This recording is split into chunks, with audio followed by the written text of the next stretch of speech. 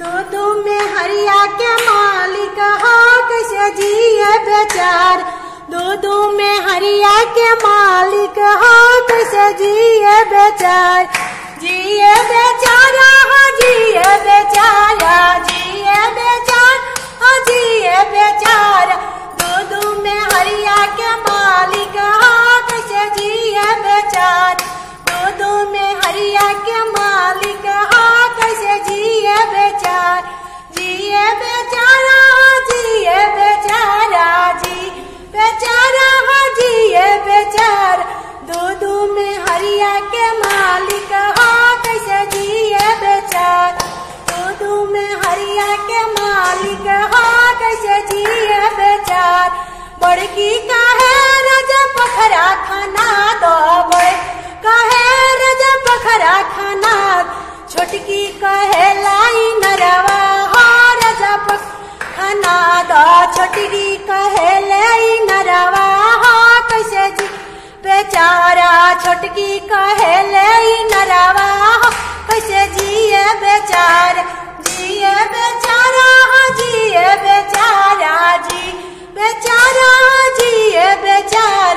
दूध में हरिया के मरदा हो कैसे जिए बेचार। दूध में हरिया के मालिक हा कैसे जिए बेचार। दूध में हरिया के मालिक हा कैसे जिए बेचार। बड़की का है राजा सटवा सिया दो, बड़की का राजा लहंगा खरीद दो। छोटकी का है ले सारा रहा कैसे जिए बेचार।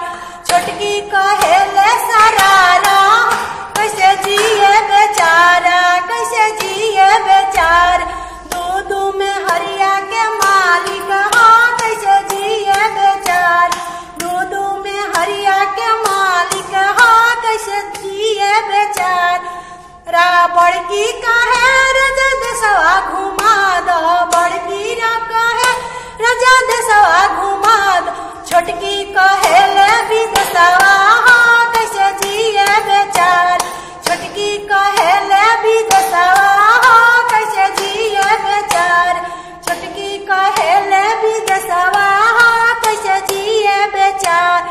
दूध में हरिया के मालिक हा कैसे जिए बेचार। दूध में हरिया के मालिक कैसे जिए बेचार। जिए बेचारा जियो बेचारा, जियो बेचारा जियो बेचारा। दूध में हरिया के मालिक हो कैसे जिए बेचार। दूध में हरिया के मालिक हो कैसे जिए बेचार।